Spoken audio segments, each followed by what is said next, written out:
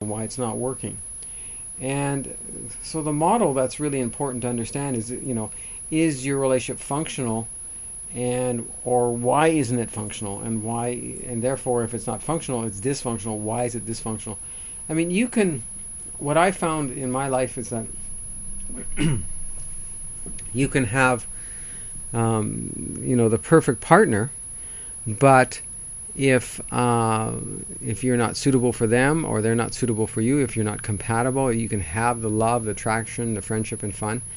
If you don't have compatibility, you're not on the same page, you have differences in personality or communication modes or values or visions or paradigms or beliefs, that this can mess up the relationship. Also, if you look at our childhood wounds and our patterns and programs in our subconscious mind that we picked up from our family of origin and from trauma and drama with various relationships in our past, you can find that these experiences, these patterns, these programs, these beliefs, these paradigms that people have picked up can destroy an otherwise perfect relationship. So you could actually be with your highest and best partner, but because of your programs and patterns, because of your trauma, you're making decisions, you're acting in ways that are sabotaging the relationship, and or your partner is doing the same thing. They're acting in ways that are sabotaging the relationship.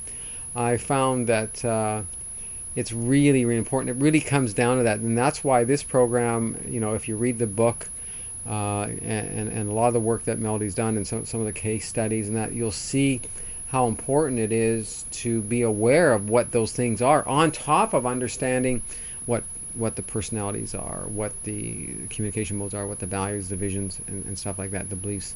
Because a lot of the beliefs and the paradigms have been created through trauma, through bad experience, from being in dysfunctional families. One of the things we talk about, and we have sometimes we offer as a bonus what we call the Phase 1 program, and we have something called an A+ Mastery Program, A+ Secret Mastery Program in there. We talk a lot about dysfunction. If you read books like this fellow Richard, he's on the internet, and he has all these books on narcissism and on borderline personality disorder, on personality disorders, on sociopaths and stuff like that.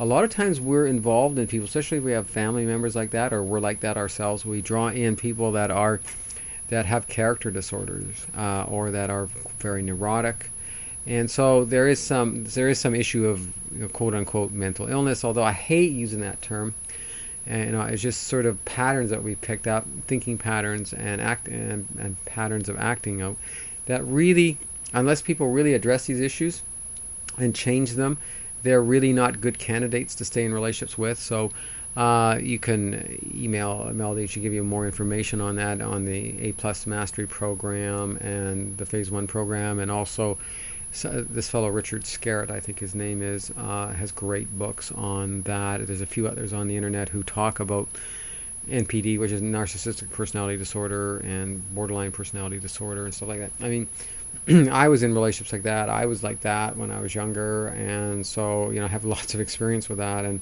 And these things destroy relationships. You can't be in a functional relationship when you're with a narcissist or a borderliner, or someone who's highly neurotic, anxious, or depressed, or having some issues that are messing themselves up. It's very hard to be in relationships with people that have been in very dysfunctional relationships, that have picked up dysfunctional patterns and programs, and that they, because of their fear, they're sabotaging the program.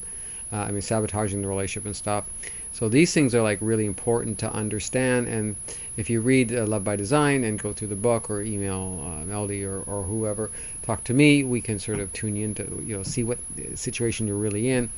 And some of these situations, are workable, and you can change them, you can fix them, and some of them aren't. Some of them, if they're not willing to change, you either leave or accept, but you may not be able to change. Always look at a situation in life, can you change it first? Can you influence it?